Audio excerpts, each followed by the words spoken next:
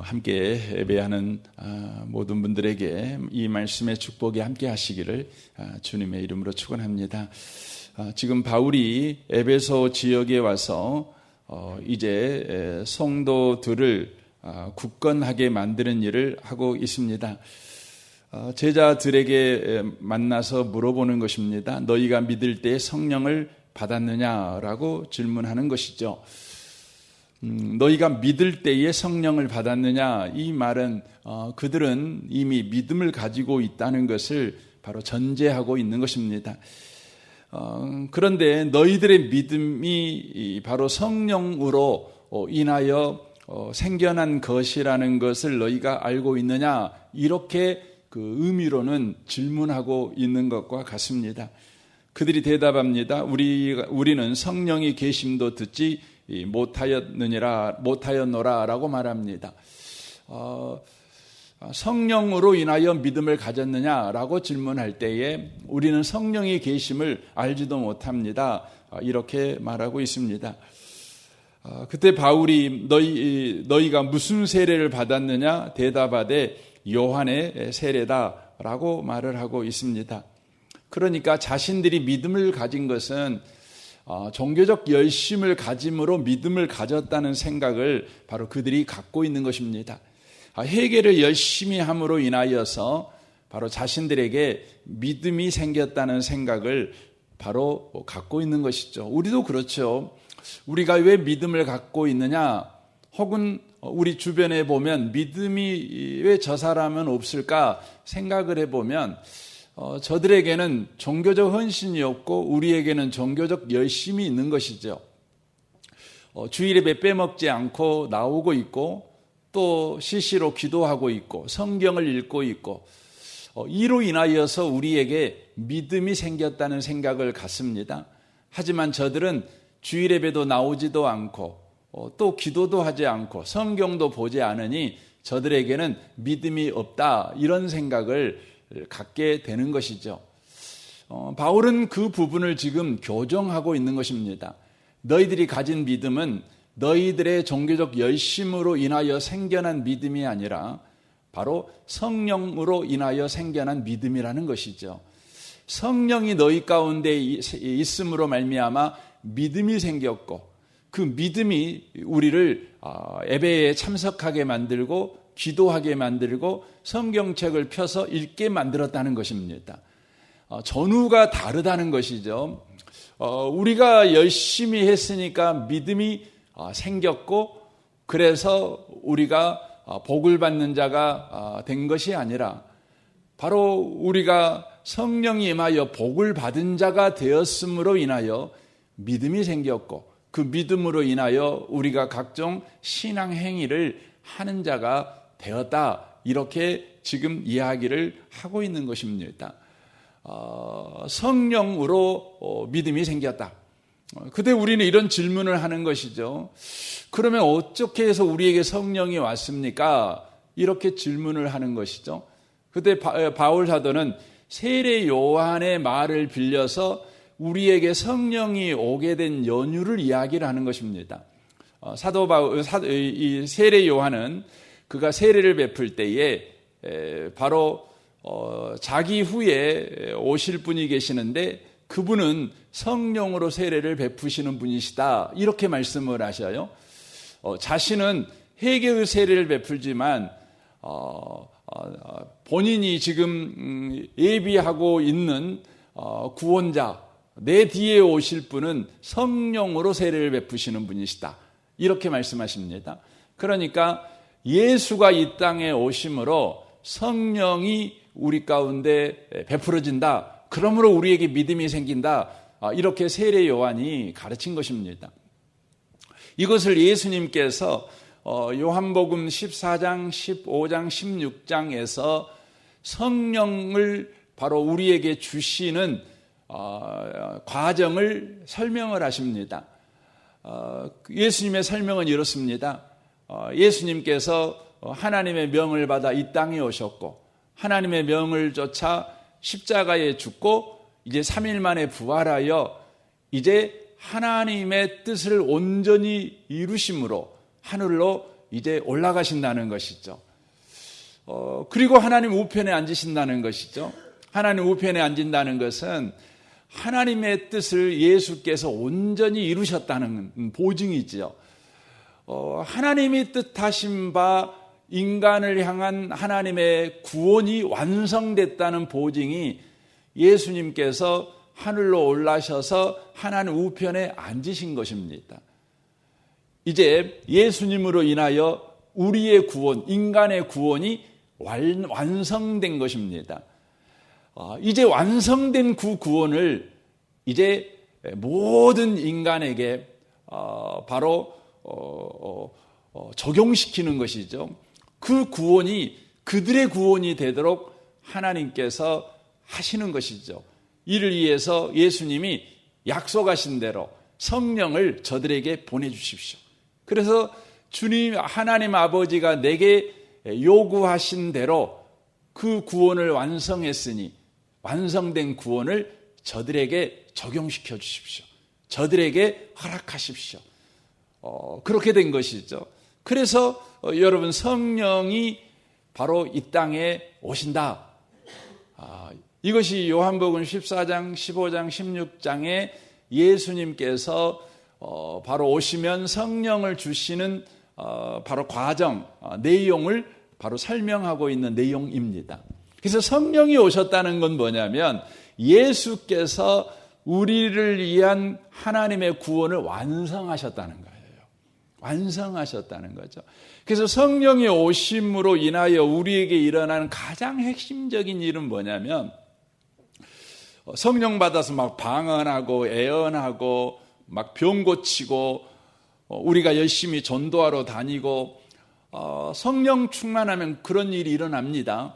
하지만 그것이 성령 충만의 핵심이 아니라 바로 성령 충만의 핵심, 성령이 우리 가운데 오시는 일의 핵심은 뭐냐면 예수께서 십자가에 죽으시고 3일 만에 부활하심으로 인하여 이루신 그 구원이 바로 우리와 어떤 관계가 있게 되는가를 연결시켜주는 일을 하는 거예요. 이것이 성령이 하시는 가장 중요한 핵심 사역이라는 거예요. 그러니까 예수님의 죽음과 예수님의 부활이 바로 예수를 믿는 우리 인생과 어떤 연결성을 갖게 되는가, 어떤 관계가 되게 되었는가, 이것을 바로 저와 여러분에게 가르쳐 주시는 일, 그리고 그것을 저와 여러분의 현실에서 누리게 만드는 일, 바로 그것이 바로 성령이 하시는 일이라는 거예요. 바울은 지금 에베소 교회 성도들에게 이 부분을 지금 이야기하고 있는 것입니다. 사랑하는 성도 여러분, 여러분에게 믿음이 있으십니까? 그러면 여러분에게는 성령이 임하신 것입니다. 성령이 임하셔서 지금 성령께서 여러분의 전 인생을 통해서 하시는 일이 있어요. 그게 뭐라고요? 예수의 부활과 예수의 십자가의 죽음이 내 인생과 어떤 연결성이 있는 관계가 있는지를 계속 가르쳐 주시는 거예요. 그리고 그것을 실제적으로 누리게 만드시는 일을 하시는 거예요. 그리스도인들이 병 고치는 능력이 없어서 여러분 힘이 없는 게 아니에요. 방언을 못해서 예수 믿는 사람의 신앙생활이 이렇게 좌우로 흔들리는 게 아닙니다. 여러분이 선교사 삶을 안 살고 목사로 그냥 풀타임으로 주님만을 위해서 사는 인생을 직업적으로 갖고 있지 못해서 흔들리는 게 아니에요. 여러분 목사도 맨날 흔들립니다. 여러분 방언한 사람도 맨날 흔들려요. 여러분 병 고치는 은사를 가진 사람도 맨날 흔들려요. 그런데 안 흔들리는 사람이 있어요. 어떤 사람이죠? 어떤 사람이냐면 예수의 십자가와 예수의 부활에 자기 인생이 묶였다는 걸 아는 사람이에요. 이 사람들은 안 흔들려요. 그래서 바울 사도가 이 빌립보서 3장에서 이런 소원을 이야기하는 것을 보게 되어집니다. 10절 말씀부터 보면 이렇습니다. 내가 그리스도와 그 부활의 권능과 그 고난의 참회함을 알고자 하여 그의 죽으심을 본받아 어떻게 해서든지 죽음 가운데서 부활에 이르려 하노니 내가 이미 얻었다 함도 아니요 온전히 이루었다 함도 아니라 오직 내가 그리스도 예수께 잡힌 바 된 그것을 잡으려고 달려가노라. 형제들아, 나는 아직 내가 잡은 줄로 여기지 아니하고 오직 한 일 뒤에 있는 것을 잊어버리고 앞에 있는 것을 잡으려고 푯대를 향하여 그리스도 예수 안에서 하나님이 위에서 부르시는 부름의 상을 위하여 달려가노라. 이렇게 이야기합니다. 그러니까 바울 사도의 인생은 여러분 기적을 많이 행하는 인생도 살잖아요. 손수건만 얹어도 그냥 막 병이 낫고 예수 이름으로 말하면 귀신이 쫓겨나고 뭐 기가 막힌 일이 일어나지 않습니까? 우리도 그렇게 하고 싶잖아요. 그렇게 한번 행해보고 싶고 사람들한테 와우 당신은 예수 믿더니 굉장해졌어. 능력이 굉장해졌고 실력이 굉장해졌고 지혜가 굉장해졌어. 뭐 이런 그 칭찬을 한 번씩 들어보고 싶잖아요. 그래서 사람들이 나를 함부로 안 했으면 좋겠잖아요. 사람들이 나를 보기만 하면 상석에 앉으세요 하고 좋은 음식 나에게 제일 먼저 가져다 주고 이런 한번 호강을 누리고 인생 한번 살았으면 좋겠다. 이런 소원이 있잖아요. 여러분 바울은 그 우리가 원하는 것을 그 사실은 다 해봤어요. 뭐 귀신 쫓아내고 방언하고 뭐 예언하고 뭐 병든 자 치료하고 이런 걸 하지요. 그러는데도 바울의 인생 흔들렸어요.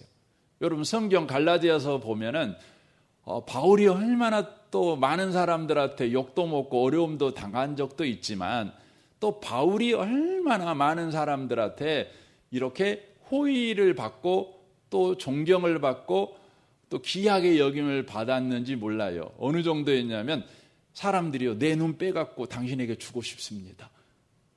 내 목숨 바쳐서 당신을 보호하고 싶습니다.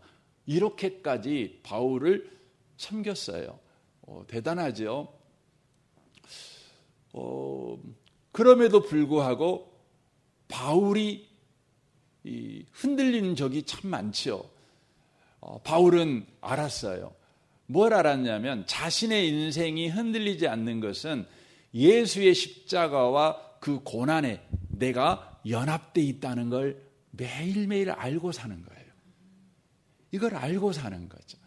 그래서 바울 사도가 지금 그런 소원을 이야기하는 겁니다. 내가 그리스도와 그 부활의 권능과 그 고난의 참회함을 알고자 하여 그의 죽으심을 본받아 어떻게 해서든지 죽은 자 가운데서 부활에 이르려 하노니라고 말합니다. 여러분 바울이 자기가 죽은 다음에 부활한다는 것을 안 믿어서 지금 이 말을 하고 있을까요? 나는 아직 죽어갖고 내가 부활한다는 걸 못 믿겠어. 내가 주를 위해 더 헌신해서 이 부분을 더 확실하게 할 거야. 지금 이 말을 하고 있는 걸까요? 그 말이 아닙니다. 매 순간순간마다 바로 죽음과 같은 현실 속에서 부활의 영광과 같은 그 은혜를 누리고 싶은 거예요. 내 인생이 예수의 부활이 매일매일 일어나고 있는 현실이라는 것을 경험하고 싶은 거예요. 근데 그 일을 여러분 누가 하시냐면 성령이 하셔요. 성령이. 그래서 여러분 성령 충만을 구할 때 어떤 능력을 구할 수도 있고 뭐 그럴 수도 있습니다. 어떤 은사를 구할 수도 있습니다. 하지만 여러분과 저에게 핵심적으로 구해야 될 이 기도 제목이 꼭 있으셔야 돼요. 그것은 뭐냐면 예수의 죽음과 부활이 내 인생과 어떻게 연합되어 있는지 이걸 저와 여러분이 아는 것이 아주 중요하다는 것입니다. 이것이 로마서 4장부터 5장까지의 여러분 이야기입니다. 그리고 8장까지 이야기입니다. 그러니까 로마서는 크게 그렇게 되어 있거든요. 1장에서는 인생이 왜 구원이 필요한지 구원의 필요성에 대해서 기록이 해놓고 있어요. 인간은 하나님의 진노 아래 있으니 인간은 다 구원이 필요해 라고 되어 있어요. 그리고 2장과 3장에서 말하고 있는 것은 인간에게는 어떤 방식을 줘도 이 하나님의 진노에서 스스로 벗어날 수 있는 인간은 없어. 이걸 가르쳐 주는 거예요. 심지어 그들에게 성경책을 들려줘도 여러 종교를 줘도 그들 스스로가 성경책을 가지고 또 종교를 가지고 하나님의 진노라는 것에서 벗어난 구원받은 자가 될 수가 없어. 도리어 성경책을 가지고 또 여러 종교를 가지고 자신의 욕망을 위해서 더 타락하는 자가 될 수밖에 없어. 그래서 의인은 없나니 한 사람도 없다는 거죠. 머리부터 발끝까지 인간은 범죄를 저지른 것밖에 할 것이 없다. 그래서 인간은 하나님의 진노 아래에 딱 갇혀 있다는 거예요. 이게 인류 역사다. 이게 3장까지 이야기입니다. 그리고 4장에서 뭔 이야기를 하죠? 이런 인간에게 우리 하나님께서 바로 은혜로 구원하셨다. 그 은혜로 구원하시는 방법이 뭐냐면 예수다. 그것을 믿음이라는 단어로 표현을 해요. 믿음이라는 표현. 이게 믿음이라는 것은 구원의 조건이 아니라 하나님이 우리를 구원하는 방법이에요. 하나님이 우리를 구원하는 방법. 우리가 구원을 받는 방법이 아니라 하나님이 우리를 구원하는 방법이 믿음, 예수 이렇게 기록이 되어 있는 것이죠. 그래서 예수로 구원하시는 것이죠. 그리고 4장 마지막부터 5장, 6장, 7장, 8장까지가 뭔 이야기냐면 그러면 예수로 받은 구원이 뭐냐? 예수로 받은 구원이 뭐냐? 이것을 기록해 놓고 있는 거죠. 이것이 5장, 6장, 7장, 8장이 내용하고 있는 것입니다. 그러니까 예수로 받은 구원, 그 5장 첫 번째로 등장하고 있는 것이 뭐냐면 우리의 현실이에요. 현실. 여러분과 제가 구원받았잖아요. 예수 믿어서 구원받았잖아요. 근데 구원받았으면 궁극적인 구원은 천국 가는 거니까 그냥 곧바로 천국 가버리면 얼마나 속 편하고 좋아요. 근데 여러분 우리가 구원을 받았지만 예수를 믿었지만 아직도 천국 못 가고 지금 살고 있잖아요. 그렇잖아요. 지금 살고 있어요. 현실을 살고 있는 거예요. 우리는 이럴 때 이런 질문을 하는 거죠. 아유 하나님 예수 믿고 구원받았는데 이 현실은 왜 이렇게 팍팍해요? 현실은 왜 이렇게 힘들어요? 바뀐 건 하나도 없네요. 구원받았다는 것이 다만 이론인가요? 주장인가요? 구원받았다는 것이 다만 종교적 가르침에 불과한가요? 현실은 왜 안 바뀐가요? 이제 우리가 아우성을 치게 되는 것이죠. 그때 주님이 말씀하는 내용이 5장 이야기예요. 구원이라는 것은 너희들의 현실을 가지고 너희들에게 임한 구원이 무엇인지를 바로 경험하게 하는 것이다. 그래서 현실이라는 것은 바로 내게 허락한 구원이 무엇인가를 바로 확인하는 기회다. 이야기를 하셔요. 그래서 현실이라는 것이 환난이죠. 그런데 성령이 임한 사람, 예수의 십자가와 부활이 죽고 사는 내 인생 속에 연합되어 있는 사람은 내 현실이 이 비참한 환난 같은 이 현실이 바로 저와 여러분을 인생은 별거 없어. 인생 그냥 맛있는 거 먹고 옷 잘 입고 그냥 그러다가 죽는 거지 뭐. 이렇게 모든 사람들은 체념하고 살아요. 뭐 권력 잡아봤자 소용없고 뭐 부자 돼봤자도 소용없고 뭐 80세에 마라톤 경기를 할 만큼 건강해도 소용없고 그래서 솔로몬이 말하는 거죠. 헛되고 헛되니 헛되고 헛되도다. 해 아래에서 수고한 모든 것이 헛되도다. 해 아래에 있는 것 중에 새 것이 하나도 없다. 헛것이다. 인생이라는 게 그렇게 체념하는 것이 다예요. 그래서 여러분 그 예수 안 믿는 사람의 인생은 결국은 뭐냐면 체념이거든요. 체념. 근데 예수 믿는 사람의 인생은 뭐죠? 예수의 십자가와 부활이 묶여 있어요. 그래가지고요, 저와 여러분이 환난이 뭘 만들어요? 인내가 연단이 소망을 이루어요. 저와 여러분이 변화돼요. 점점 하나님의 사람으로 바뀌어져가요. 그리고 여러분과 제가 진짜 소망을 품는 사람이 돼요. 체념의 사람이 아니라 소망의 사람이 된다는 거예요. 이게 현실을 가지고 주님께서 우리에게 허락한 구원이 무엇인가를 경험하게 만드는 거죠. 이게 이제 5장 이야기라는 것입니다. 시간이 이제 가서 결론적으로 말씀을 드릴게요. 이 아침에 오신 복 있는 성도 여러분, 여러분이 어찌든지 믿음이 있다면 여러분과 제가 놓치지 마셔야 돼요. 우리에게는 성령이 이미 임하셨다. 내게는 성령이 임했다. 아이고, 내가 요즘 엉망진창으로 사는데요. 아니에요. 여러분이 예수 믿었던 그 찰나의 순간이라도 있었다면, 그것이 30년 전이든지 40년 전이든지 어쨌든 여러분이 예수를 믿었던 경험이 있다면 여러분 안에는요 성령이 계셔요. 성령이 계셔요. 그러므로 이제부터 여러분과 제가 어떤 인생을 살아야 돼요? 성령께서요 지금 일한다는 거예요. 지금 역사한다는 거죠. 그래서 성령이 지금 여러분과 저에게 하고자 하는 일, 예수의 십자가의 사건과 부활 사건을 우리 인생에 적용시키고자 하시는 바로 그 일에 여러분이 참여하는 거예요. 그게 뭐냐면 성령 충만을 구하는 것입니다. 이제 내일 주일 때 이 부분은 좀 더 자세하게 좀 나누었으면 좋겠습니다. 오늘 하루 살아갈 때 여러분 안에 성령이 계신다는 걸 인정하고 오늘 여러분 이런 고백하고 사시면 좋겠어요. 어떤 어렵고 힘든 일을 만나든지 여러분이 순간순간 5분에 한 번씩 10분에 한 번씩 괜찮습니다. 여러분 가슴에 손을 얹고 내 안에 성령이 계심을 나는 인정합니다. 내 안에 성령이 계십니다. 내가 성령을 의지합니다. 내가 성령을 인정합니다.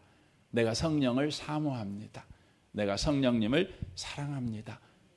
여러분 오늘 하루요 고백하고 살아보십시오. 여러분에게 성령이 하시는 신비한 일이 오늘 분명히 있을 것입니다. 이 은혜를 경험해가는 복 있는 성도 되시기를 주님의 이름으로 축원합니다. 아멘. 우리 같이 이 시간 기도하겠습니다.